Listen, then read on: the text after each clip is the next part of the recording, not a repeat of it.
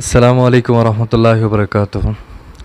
ಎಲ್ಲರಿಗೂ ಗೊತ್ತಿರೋ ಹಾಗೆ ಮುಸ್ಲಿಂ ಸಮುದಾಯಕ್ಕೆ ಎಲ್ಲ ಹಬ್ಬಕ್ಕಿಂತ ದೊಡ್ಡ ಹಬ್ಬ ರಂಜಾನ್ ಹಬ್ಬ.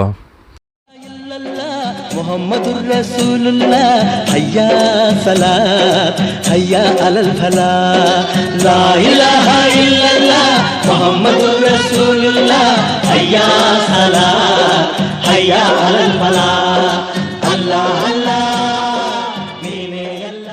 ಕಳೆದ 30 ದಿನದಿಂದ ಸೂರ್ಯ ಹುಟ್ಟಕ್ಕಿಂತ ಮುಂಚೆ ಊಟವನ್ನು ಮಾಡಿ ಸೂರ್ಯ ಮುಳುಗುವವರೆಗೂ ಒಂದು ತುತ್ತ ನೀರು ಕುಡದೆ ಅಲ್ಲಗೋಸ್ಕರ ತ್ಯಾಗವನ್ನು ಮಾಡಿ 5 ಜಾಗರಣೆಯನ್ನು ಮಾಡಿ ಹೇಗೆ ರಂಜಾನನ್ನು ಚಂದ್ರವನ್ನು ನೋಡಿ ಉಪವಾಸವನ್ನು ಸ್ಟಾರ್ಟ್ ಮಾಡ್ತೀವಿ, ಹಾಗೆ ಚಂದ್ರವನ್ನು ನೋಡಿ ಹಬ್ಬವನ್ನು ಆಚರಿಸ್ತೇವೆ. ಇವತ್ತು ಬೆಳಗ್ಗೆ 9 ಗಂಟೆಗೆ ತಿಲಕ್ನಗರದ ಈದ್ಗಾ ಮೈದಾನದಲ್ಲಿ ಮೈಸೂರು ನಗರದ ಮುಸ್ಲಿಂ ಬಾಂಧವರು ಸುಮಾರು 1 ಲಕ್ಷಕ್ಕಿಂತ ಹೆಚ್ಚು ಜನ ಸೇರಿ ಸರ್ಕಾಸಿ ಸಾಹೇಬರು ಹಿಂದೆ ನಮಾಜನ್ನು ಮಾಡಿದ್ದೀವಿ. ಆದ ನಂತರ ಖಬ್ರಿಸ್ತಾನ್ಗೆ ಹೋಗಿದ್ದೀವಿ. ನಮ್ಮ ಹಿರಿಯರು ಯಾರು ತಿರೋಗಿದ್ದಾರೆ ಅವರಿಂದ ಆಶೀರ್ವಾದವನ್ನು ಪಡೆದು ನಂತರ ಮನೆಗೆ ಬಂದು ಹಿರಿಯವ್ರ ಜೊತೆ ಕಿರಿಯವ್ರ ಜೊತೆ ಹಬ್ಬವನ್ನು ಆಚರಿಸಿದ್ದೀವಿ. ಈ ಮಾಧ್ಯಮ ಮುಖಾಂತರ ಎಲ್ಲ ಮುಸ್ಲಿಂ ಬಾಂಧವರಿಗೆ ರಂಜಾನ್ ಹಬ್ಬದ ಆರ್ಥಿಕ ಶುಭಾಶಯಗಳು. ನೀವು ಕೂಡ ರಾಜಕಾರಣದಲ್ಲಿ ಗುರುತಿಸಿಕೊಂಡಿದ್ದೀರಿ. ಹೌದು. ಇವತ್ತು ಲಕ್ಷ್ಮಣ್ ಅವರು ಕೂಡ ನಿಮ್ಮ ಈದ್ಗಾ ಮೈದಾನದಲ್ಲಿ ಬಂದು ವಿಶೇಷವಾಗಿ ಪ್ರಾರ್ಥನೆಯನ್ನು ಸಲ್ಲಿಸಿ ಅವರು ಲೋಕಸಭಾ ಅಭ್ಯರ್ಥಿಯಾಗಿದ್ದಾರೆ ಮೈಸೂರು ಕೊಡಗು ಲೋಕಸಭಾ ಕ್ಷೇತ್ರಕ್ಕೆ. ವಿಶೇಷವಾಗಿ ಇವತ್ತು ಬಂದಿದ್ದು ಏನು ಖುಷಿ ಅನ್ನಿಸ್ತದೆ ಸರ್? ಅವ್ರು ಬಂದಿದ್ದು ಒಂದು ನಗರ ಮೈಸೂರು ಕೊಡಗು ಜನತೆಗೆ ಒಂದು ಸಂದೇಶವಾಗಿದೆ. ಅದೇನೆಂದರೆ ಹಿಂದೂ ಮುಸ್ಲಿಂ ಒಂದು ತಾಯಿ ಮಕ್ಕಳಾಗಿ ಬಾಳ್ತಿದ್ದೀವಿ. ಅವ್ರ ಹಬ್ಬದಲ್ಲಿ ನಾವು ಅವ್ರ ಜೊತೆ ನಿಂತೆ ಆಚರಿಸ್ತಿದ್ದೀವಿ, ಅವರು ಕೂಡ ನಮ್ಮ ಹಬ್ಬದಲ್ಲಿ ನಿಂತೆ ಆಚರಿಸ್ತಿದ್ದೀವಿ ಅಂತ ಒಂದು ಸಂದೇಶ ಹೊರತು ಬೇರೆ ಏನೂ ಇಲ್ಲ ಅನ್ಕೋತೀನಿ. ಯಾಕಂದರೆ ಅವ್ರಿಗೆ ಮುಸ್ಲಿಂ ಸಮುದಾಯ ಕಡೆಯಿಂದ ಎಲ್ಲ ಒಗ್ಗಟ್ಟಾಗಿ ಅವ್ರು ಕೈ ಹಿಡಿತಾರೆ, ಅವ್ರಿಗೆ ಜಯಶೀಲನನ್ನಾಗಿಸ್ತಾರೆ ಈ ಬಾರಿ ಅಂತ ಒಂದು. ಸರ್, ಕೇವಲ ಮೈಸೂರಲ್ಲೇ ಇವಾಗ ರಾಜ್ಯದಲ್ಲಿ ವಿಶ್ವಾಸ ಇದೆಯಾ ಕಾಂಗ್ರೆಸ್ ಅಧಿಕಾರಕ್ಕೆ ಬರುತ್ತೆ ಅಂತ ಒಂದು ವಿಶ್ವಾಸ ಇದೆಯಾ ನಿಮಗೆ? ಮೈಸೂರು ಕೊಡಗು ಲೋಕಸಭೆ ಕ್ಷೇತ್ರದಲ್ಲಿ 1 ಲಕ್ಷಕ್ಕಿಂತ ಹೆಚ್ಚು ಮಾರ್ಜಿನಲ್ಲಿ ಎಂ ಲಕ್ಷ್ಮಣ್ ಅವರು ಗೆಲ್ತಾರೆ ಅಂತ ಈ ಮಾಧ್ಯಮ ಮುಖಾಂತರ ಹೇಳಕ್ಕೆ ಇಷ್ಟಪಡ್ತೇನೆ. ರಾಜ್ಯದಲ್ಲಿ ಸರ್, ರಾಜ್ಯದಲ್ಲಿ ಸುಮಾರು ಹೇಗೆ ಕಳೆದ ವರ್ಷ ಎಲೆಕ್ಷನ್ ನಡೀತು, ಶಾಸಕರು ಎಲೆಕ್ಷನ್ ನಡೆದರು, ಅದರಲ್ಲಿ 135 ಸ್ಥಾನವನ್ನು ಕಾಂಗ್ರೆಸ್ಸನ್ನು ಪಡೆದು ಅಧಿಕಾರದಲ್ಲಿ ಬಂದಿದೆ.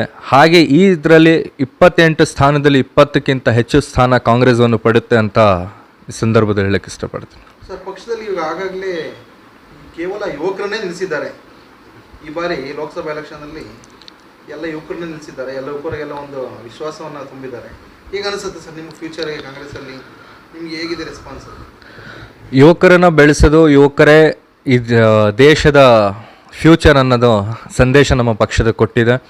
ಹಾಗೂ ಯುವಕರೇ ಅತಿ ಹೆಚ್ಚು ಹೆಜ್ಜೆಯನ್ನು ಹಾಕಿ ಜನರ ಪರವಾಗಿ ಕೆಲಸವನ್ನು ಮಾಡ್ತಾರೆ ಅಂತ ಸಂದೇಶ. ಕೂಡ ವಿಶೇಷವಾಗಿ ಮೈಸೂರು ಭಾಗದಲ್ಲಿ ಒಬ್ಬ ಸಾಮಾನ್ಯ ಕಾರ್ಯಕರ್ತನಿಗೆ ಲೋಕಸಭಾ ಟಿಕೆಟ್ ಕೊಟ್ಟಿರೋದು ನಿಮಗೆ ಖುಷಿ ತಂದಿದೆಯಾ? ಹೌದು ಸರ್, ನಮ್ಮ ಪಕ್ಷದ ಕಾರ್ಯಕರ್ತನ ಬೆಲೆ ಇದೆ. ಯಾವುದೋ MLA ಮಗನೋ MP ಮಗನೋ ಕೊಟ್ಟಿಲ್ಲ. ಯಾವುದೋ ಬೇರೆ ಪಕ್ಷದ ಥರ ವೋಟಿಂಗ್ ಮೆಷಿನನ್ನು ಮ್ಯಾನಿಪ್ಯುಲೇಟ್ ಮಾಡಿ ಲಂಚವನ್ನು ಕೊಟ್ಟು ಧರ್ಮಗಳ ನಡುವೆ ಭಿನ್ನತೆಯನ್ನು ಬಿತ್ತಿ ಎದ್ದು MP ಆಗೋ ಪಕ್ಷ ಅಲ್ಲ ನಮ್ಮದು. ನಮ್ಮ ಜಾತ್ಯತೀತ ಪಕ್ಷ, ನಮ್ಮ ಕಾರ್ಯಕರ್ತರಿಗೆ ಬೆಲೆ ಇದೆ ಅಂತ ನಮ್ಮ ಪಕ್ಷದ ಮೇಲೆ ಹೆಮ್ಮೆ ಇದೆ ಸರ್. ಸರ್, ಇವಾಗ ಮಹಾರಾಜರ ಮುಂದೆ ಕೇವಲ ಒಬ್ಬ ಕಾರ್ಯಕರ್ತನ ಕಾಂಗ್ರೆಸ್ ಪಾರ್ಟಿ ನಿಲ್ಲಿಸಿದೆಯಲ್ಲ, ಗೆಲ್ತಾರೆ ಅಂತ ಭರವಸೆ ಇದೆಯಾ ಅಂತ? ಇವಾಗ ಮಹಾರಾಜರಿಗೆ ಇವಾಗ ಹೇಳ್ತೀನಿ, ನೀವು ಮಹಾರಾಜರಿಂದ ಎಷ್ಟೋ ಜನ ಬದುಕ್ತಾ ಇದ್ದಾರೆ. ಇವತ್ತು ಮೈಸೂರಿಂದ ಅದು ಮಾಡಿದ್ದಾರೆ ಇದು ಮಾಡಿದ್ರು ಅಂತ ಹೇಳ್ತಾರೆ ಸಾಮಾನ್ಯ ಜನ. ಪಕ್ಷಾತೀತವಾಗಿ ನಾವು ಇವತ್ತು ಮಹಾರಾಜನ ಗೆಲ್ಲಿಸಬೇಕು ಅಂತ ಎಲ್ಲೋ ಕೆಲವೊಬ್ಬರು ಕಾಂಗ್ರೆಸ್ ಕಾರ್ಯಕರ್ತರು ಕೂಡ ಹೇಳಿದ್ದಾರೆ. ಇದ್ರ ಬಗ್ಗೆ ಏನು ಹೇಳ್ತೀರಿ ಸರ್? ಮಹಾರಾಜನೇ ಅಲ್ಲ, ಅವರು ದತ್ತು ಪುತ್ರ ಅಂತ ಈ ಸಂದರ್ಭದಲ್ಲಿ ಹೇಳಕ್ಕೆ ಇಷ್ಟಪಡ್ತೀನಿ. ನಾನೊಬ್ಬ ಸಾಮಾನ್ಯ ಪ್ರಜೆ ಅಂತ ಹೇಳಿದ್ದಾರೆ. ಸಾಮಾನ್ಯ ಪ್ರಜೆ, ಅವ್ರಿಗಂತ ಗೌರವ ಇದೆ. ಅವರು ಯಾವತ್ತೂ ಮಂತ್ರಿ ಆಗೋ ಹೊರಟಬಾರ್ದು. ಮಂತ್ರಿ ಕೂಡ ಸಿಗಲ್ಲ, ಒಂದು ಸಾಮಾನ್ಯ MP ಆಗಿ ಉಳ್ಕೋಬೇಕಾಗುತ್ತೆ. ಅವ್ರಿಗೆ ಒಂದು ಗೌರವ ಇತ್ತು, ಆ ಸ್ಥಾನವನ್ನು ಅವರು ಉಳಿಸ್ಕೋಬೇಕಾಗಿತ್ತು. ರಾಜಕೀಯದಲ್ಲಿ ಬರ್ದೇ ಇರ್ತಾ ಇದ್ರೆ ಒಳ್ಳೇದು ಅನ್ಕೋತಿದ್ದೆ. ಮಾಜಿದ್ ಹಿದಾಯತ್ ಖಾನ್, NAC ಘಟಕದ ರಾಜ್ಯ ಪ್ರಧಾನ ಕಾರ್ಯದರ್ಶಿ.